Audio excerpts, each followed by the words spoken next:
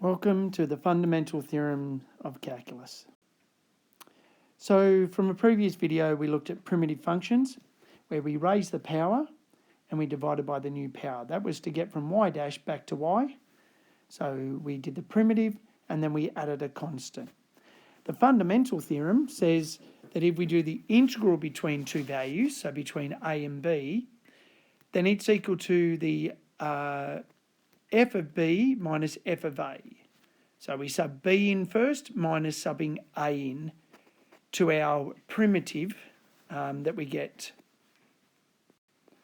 So let's have a look at some examples. So we're going to evaluate the definite integral and then we're going to draw a diagram to check our answer. So we're going from 1 to 5 of 2x minus 1. So using our primitive, so the integral of 2x minus 1, so the integral of 2x, so the primitive of 2x was raise your power divided by new power. So that gets you 2x squared over 2 or x squared minus x. Sub the 5 in to both of the x values minus subbing the 1 in.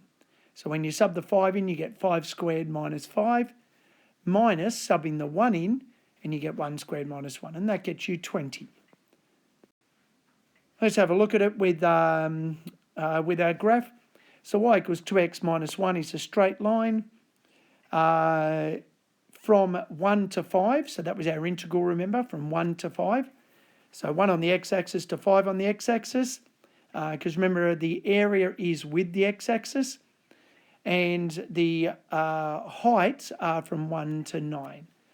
So that gives us an area of a trapezium, half times the h value, which is the height between the two, which is the 4, times the sum of the parallel sides, which is 1 plus 9, and that gives us 20, which confirms what we had before.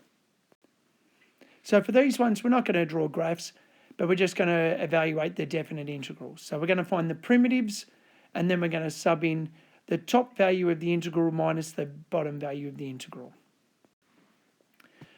So from 1 to 3 of x squared plus 4x. So following our primitive rule, raise your power, divide by your new power. So you get x cubed over 3 plus 2x squared from 1 to 3.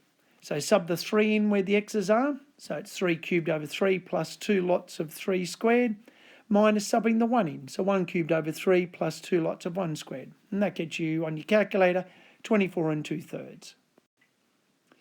The second one, so we can't integrate individually. We have to expand brackets.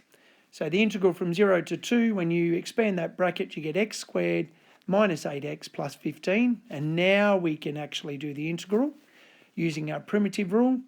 Raise your power, divide by your new power. So we've got x cubed over 3 minus 4x squared plus 15x.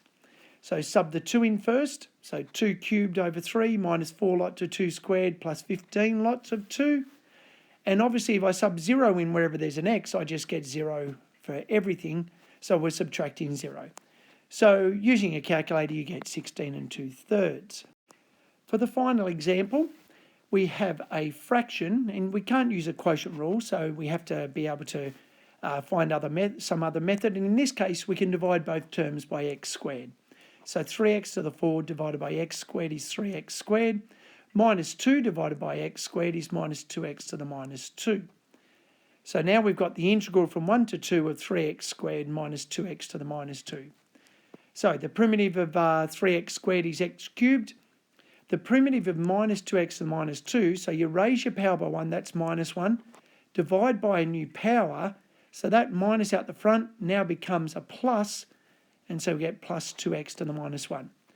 Substitute 2 and 1 in, so substitute 2 in, 2 cubed plus 2 lots of 2 to the minus 1, minus substituting 1 in, 1 cubed plus 2 lots of 1 to the minus 1. On your calculator, that gets you an answer of 6. Thank you.